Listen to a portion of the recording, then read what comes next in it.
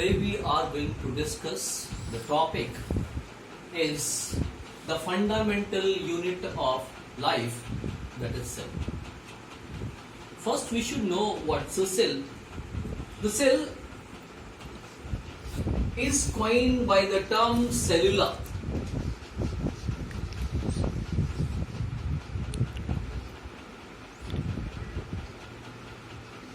The meaning of the cellula is a small compartment or the room. It's a Latin word. And first, the cell was seen by a scientist, Robert Hooke, in 1665. The cell he has seen, it was kind of a wood known as a cork cell. He has seen the cell, which is actually the wood cell, the cork cell, and it's also a dead cell. He has seen the slide where the cells were seen just like a honeycomb, मधुमक्खी के छत्ते के जैसे, and they were the hexagonal cells. The first living cell was seen by a scientist, Antony von Leeuwenhoek, in 1674. When he has made his own microscope, then he has seen the first living cell. If you go through the definition, its definition is it is structural and functional unit of life.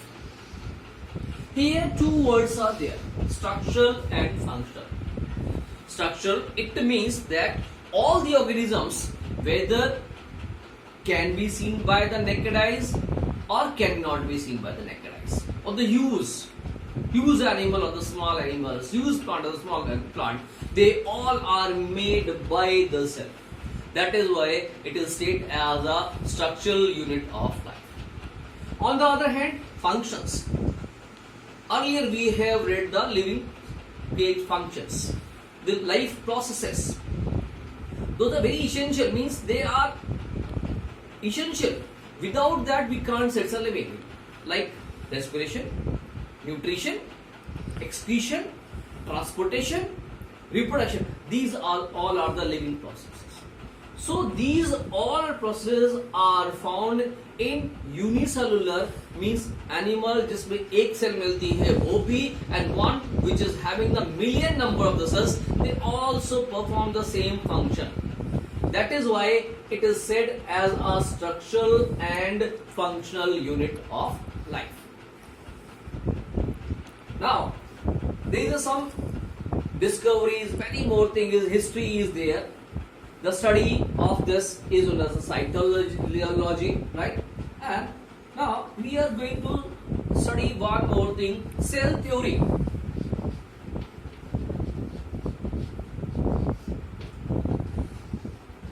Cell theory was given by three scientists. It's a Malthus, slide in,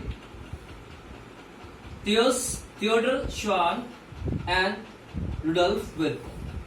According to theory, I have told you that 2 points are there. First point is that all the organisms are made by cells, are made up of cells. One, this is the first. And second is that new cell arises from pre-existing cell. New cell arises from pre-existing cell.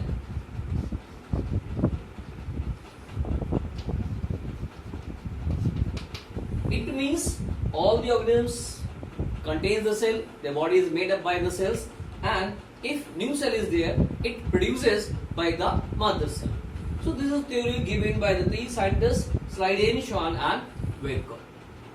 So the size of the cell. Cells, most of the cells are microscopic. That means cannot seen by the naked eyes. If you want to see them, definitely need a microscope, an instrument to see it. But few cells are there, those are larger. right? They can seen by the naked eyes. All short of the eggs, अगर हम eggs के बारे में बात करें, they all are the cells and most of the eggs are visible, can seen without. If go through the size wise, the smallest cell is PPLO. It is a kind of a mycoplasma cell known as a pleuropneumonia-like organism. It is smallest cell. Then if you go through the biggest cell, the ostrich egg, it's a biggest cell. And if you go through the longest cell, the human nerve cell is the longest nerve cell.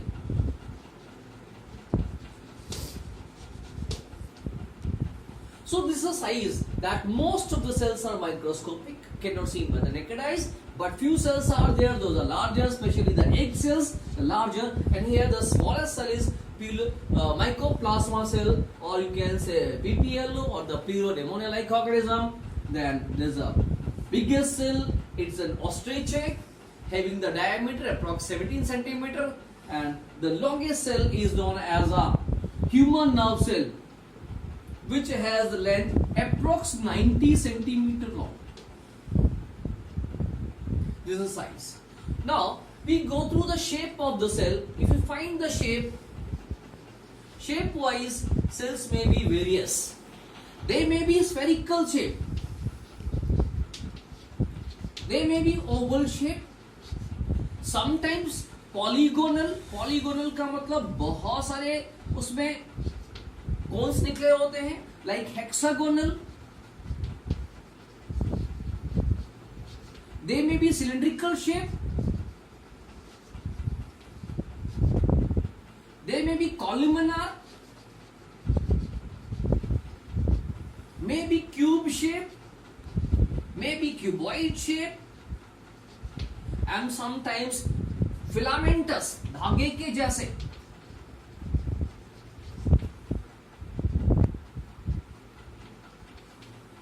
Or irregular.